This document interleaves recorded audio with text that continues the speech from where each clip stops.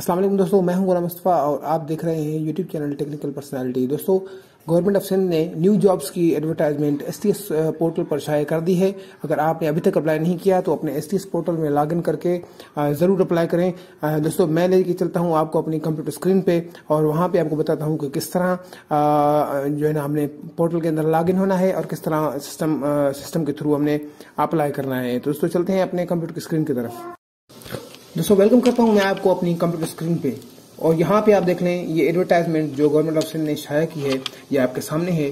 दोस्तों, ये screening test है बीपीएस 5 से 15 तक, यानी बीपीएस 5 से 15 तक जिन जिन डिपार्टमेंट्स में जो जो वैकेंसीज हैं दोस्तों, जो भी कैंडिडेट्स इस टेस्ट को क्वालिफाई कर लेगा उनको उन वैकेंसीज पे यानी तैनात किया जाएगा। दोस्तों, इसी तरह आप इस एडवर्टाइजमेंट को हम यहाँ पे थोड़ा सा पढ़ लेते हैं कि गवर्नमेंट ऑफ सिंध इंटेंड यानी उन्होंने फिल करने का एक इरादा किया है कुछ वैकेंट्स को दोस्तों, जो 5 से 15 तक की मुख्तलिफ मिनिस्ट्रीज या डिपार्टमेंट्स में जो वैकेंसीज वैकेंट हैं उनको फिल करने के लिए उन्होंने दोस्तों ये एडवर्टाइजमेंट शाया कर दी है। तो आगे देखें the initial screening test will be conduct by the SIBA testing service. दोस्तों, यहाँ पे इनिशियल जो स्क्रीनिंग टेस्ट है वो सीबा टेस्टिंग वाले यानी एसटीएस वाले हमसे लेंगे। किस रूल के मुताबिक दोस्तों? Approve the provincial cabinet rule. जो प्रोविंशियल कैबिनेट है दोस्तों, हर सूबे की अपनी अपनी कैबिनेट होती है, तो इन्होंने जो अप्रूव किया था, जो रूल अप्रूव किया था 24/12/2019 को, उसके तहत दोस्तों एसटीएस वाले हमसे ये टेस्ट लेंगे। तो इसी तरह दोस्तों सबसे पहले आप देख लें there shall be a separate test, यानी दोस्तों यहाँ पे हमसे एक सेपरेट टेस्ट लिया जाएगा हर कैटेगरी के लिए अलग अलग। दोस्तों, यहाँ पे देखें ग्रेजुएशन की कुछ ऐसी वैकेंट पोस्टें होंगी जो ग्रेजुएशन के लिए ग्रेजुएशन वाले कैंडिडेट्स अप्लाई करेंगे, जिसपे कुछ ऐसी होंगी जिसपे इंटरमीडिएट वाले कुछ ऐसी वैकेंसीज होंगी जिन पे दोस्तों मैट्रिक वाले भी अप्लाई कर सकते हैं। सेकंड नंबर पे दोस्तों यहाँ पे आता है the cut off percentage shall be 40%, यानी दोस्तों यहाँ पे ये कह रहे हैं कि 40% कट है, यानी कि 40% से लेस देन जो मार्क्स होंगे वो कैंडिडेट्स फेल होंगे। 40 इक्वल टू 40 और अबव 40 से जो भी कैंडिडेट्स मार्क्स ऊपर उठाएगा यानी अबव उठाएगा 40 से अबव या इक्वल टू 40 तो वो कैंडिडेट पास होगा दोस्तों। इसी तरह दोस्तों यहाँ पे नंबर 3 पे आते हैं the test result shall be valid for 3 years। दोस्तों,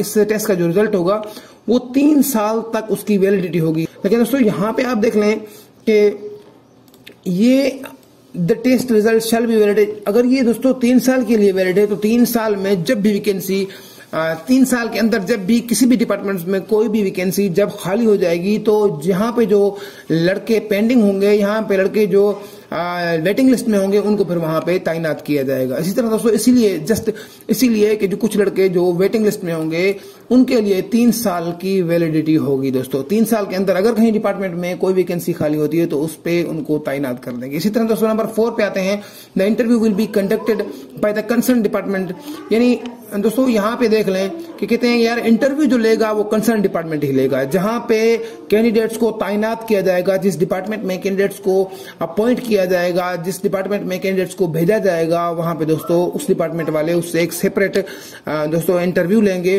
वो इंटरव्यू दोस्तों rule number 5 Sindh civil servant appointment promotion transfer rule number 1974 के तहत उनसे यानी कि वो अपना उनको भर्ती किया जाएगा और उनसे कंसर्न डिपार्टमेंट इंटरव्यू भी लेगा। तो इसी तरह दोस्तों test will be conducted at division, यानी दोस्तों टेस्ट जो लिया जाएगा वो डिविजनल हेडक्वार्टर्स में लिया जाएगा दोस्तों। इसी तरह दोस्तों यहाँ पे एज रिलैक्सेशन जो होती है वो 18 से 30 तक की है दोस्तों।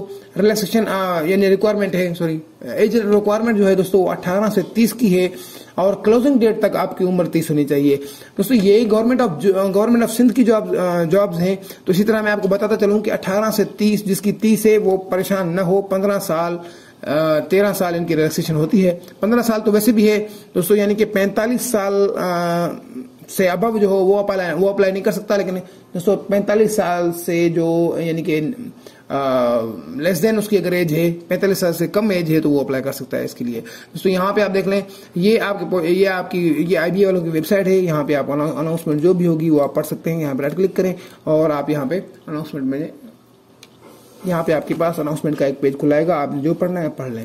तो इसी तरह दोस्तों कैटेगरीज जो होंगी अप्लाई करने की वो ग्रेजुएशन होगी और ग्रेजुएशन में दोस्तों आपकी कम से कम 45 मार्क्स आपके होने चाहिए, तभी आप यानी इस टेस्ट के लिए एलिजिबल होंगे और आपकी एज 18 से 30 होनी चाहिए। इसी तरह इंटरमीडिएट दोस्तों इंटरमीडिएट में भी दोस्तों 45 मार्क्स का होना लाजमी है, और मैट्रिकुलेशन में भी दोस्तों आपके 45% यानी मार्क्स का होना लाजमी है।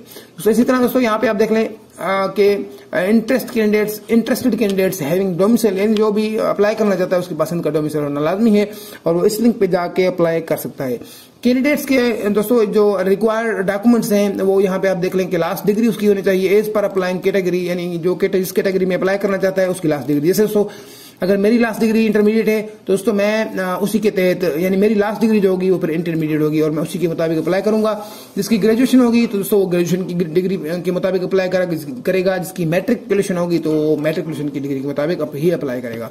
दोस्तों यहाँ पे 3 कैटेगरीज में मैं आपको बताता चलूं कि 3 कैटेगरीज में ही दोस्तों यहाँ पे इस एडवर्टाइजमेंट में टेस्ट लिया जाएगा, एक ग्रेजुएशन लेवल, एक इंटरमीडिएट लेवल और एक मैट्रिकुलेशन लेवल। इसी तरह दोस्तों आपके पास फिर सेकंड नंबर पे आपके पास CNSE, domicile, PRC, D form और ऐसे आपका रिसेंट फोटो होना लाजमी है। ये दोस्तों ये ऐसे डॉक्यूमेंट्स हैं जो लाजिम होते हैं किसी भी टेस्ट के लिए। इसी तरह दोस्तों कैंडिडेट्स जो डिसेबल, मैं आपको क्या इंग्लिश पढ़ के बताऊं, यहाँ पे आप देख लेंगे यहाँ पे ये कह रहे हैं कि कैंडिडेट्स अगर डिसेबल है तो उसे चाहिए कि वो CNSE अपनी अपलोड करे और व्हील चेयर सर्टिफिकेट भी लाजमी उसके साथ अटैच करे जो नादरा से इशू होता है।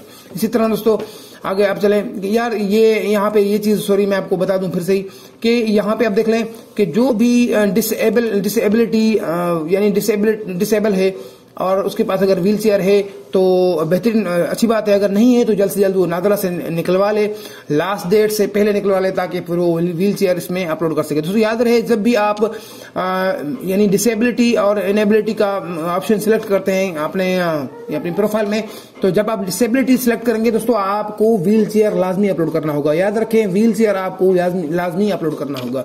दोस्तों जो व्हील चेयर वाले डिसेबल लोग होते हैं दोस्तों उनको रिलैक्सेशन भी अच्छी मिलती है, 33% तक उन्हें पास किया जाता है। तो इसी तरह दोस्तों चलते हैं अगले अपने ऑप्शन नंबर 3 पे।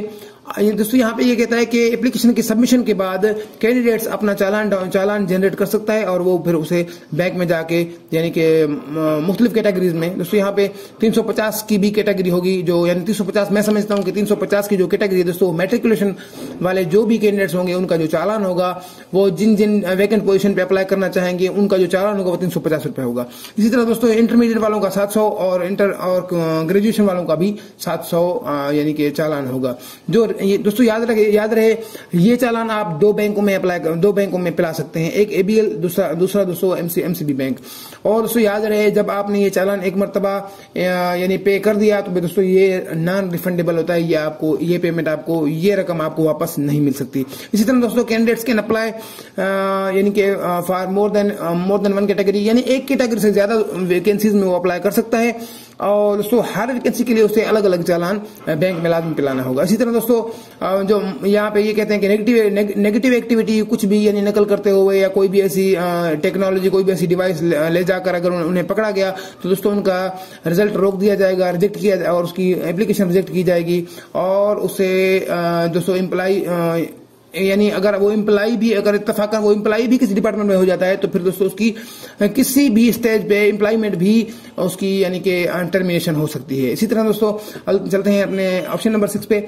यहाँ पे दोस्तों देख लें कि मैंने जैसे आपको ऊपर ही बताया था कि जनरल रिलैक्सेशन आपको मिल सकती है, शैल बी अप्लाइड यानी कि एप्लीकेबल है जनरल रिलैक्सेशन, आपको जनरल रिलैक्सेशन बिल्कुल मिलेगी गवर्नमेंट सिंध रूल के तहत, यानी आपको आप 45 साल से अगर छोटे हैं तो फिर आप अप्लाई कर सकते हैं इस वैकेंसी के लिए। तो इसी तरह दोस्तों यहाँ पे देख लें option number 7 the disable and minority quota will be observe. दोस्तों यहाँ पे देख लें तो डिसेबल और मिनॉरिटी कोटा ये नॉन मुस्लिम जो लोग होते हैं वो भी अप्लाई कर सकते हैं, उनको भी गवर्नमेंट रूल के तहत इसमें वैकेंट पोजीशन पे अप्लाई करने का हक है और वो भी अप्लाई कर सकते हैं और उन्हें भी दोस्तों यहाँ पे अपॉइंट किया जाएगा। इसी तरह दोस्तों आपको नो TADA यानी कोई भी TADA आपको नहीं मिलेगा इस टेस्ट में अपीयर होने के लिए। इसी तरह दोस्तों लास्ट डेट याद रहे, ये बात मेरी याद रखें दोस्तों, लास्ट डेट से पहले आप अप्लाई किया करें, हो सकता है कोई मसला हो जाए। अगले वीडियो में हम प्रोफाइल बनाएंगे, प्रोफाइल में जो भी डॉक्यूमेंट्स होंगे उन्हें अपलोड करेंगे और प्रॉपरली तौर पे हम दोस्तों एक अच्छा सा जो है ना वीडियो बनाएंगे। मिलते हैं अगले वीडियो में, तब तक के लिए अल्लाह हाफिज।